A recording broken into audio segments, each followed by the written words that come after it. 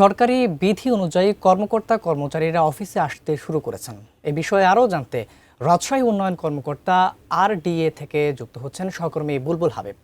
বুলবুল, আজকে তো প্রথম দিন, কেমন দেখছেন? ৯টা থেকে অলরেডি তো ৯টা বেজে গিয়েছে, কেমন দেখছেন কর্মকর্তা-কর্মচারীদের উপস্থিতি একটু জানাবেন। যেহেতু সরকার নতুনভাবে আবার প্রজ্ঞাপন জারি করেছে যে ৯টা থেকে ৯টা ৪০ পর্যন্ত অফিসে থাকতে হবে, তো আমরা যে প্রতিষ্ঠানে রয়েছি রাজশাহী উন্নয়ন কর্তৃপক্ষ RDA, আমরা এখানে এসে দেখেছি যে আসলে সকাল ৯টার আগ থেকেই কিছু কিছু কর্মকর্তা আসা শুরু করেছেন এবং এখন ৯টা ১০ পার হতে চললো এবং এখনও কিন্তু দু একজন কর্মকর্তা কর্মচারী তারা এখানে আসছেন। বিশেষ করে যারা এখানকার যিনি চেয়ারম্যান RDA-র, তিনি দেখেছি যে ৯টা ৭ মিনিটে এই ক্যাম্পাস মানে কম্পাউন্ড প্রাঙ্গণে প্রবেশ করেছেন এবং তত্ত্বাবধায়ক প্রকৌশলী আব্দুল আল তারিক তিনিও ৯টা ৭ মিনিটে তার একসাথে প্রবেশ করেছেন, অথরাইজড অফিসার।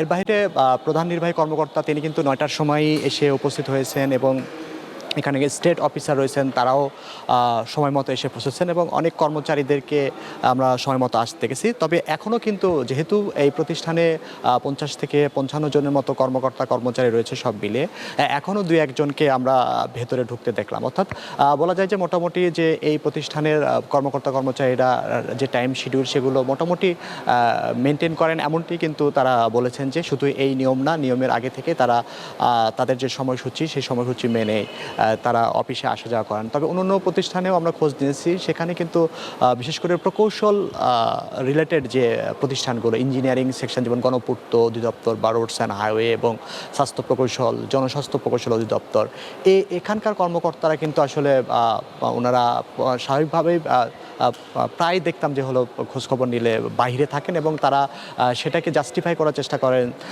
বাহিরের আউটসাইড ভিজিট করছেন সেগুলোর কথা বলে। তো এই অবস্থা হচ্ছে রাজশাহীর চিত্রের।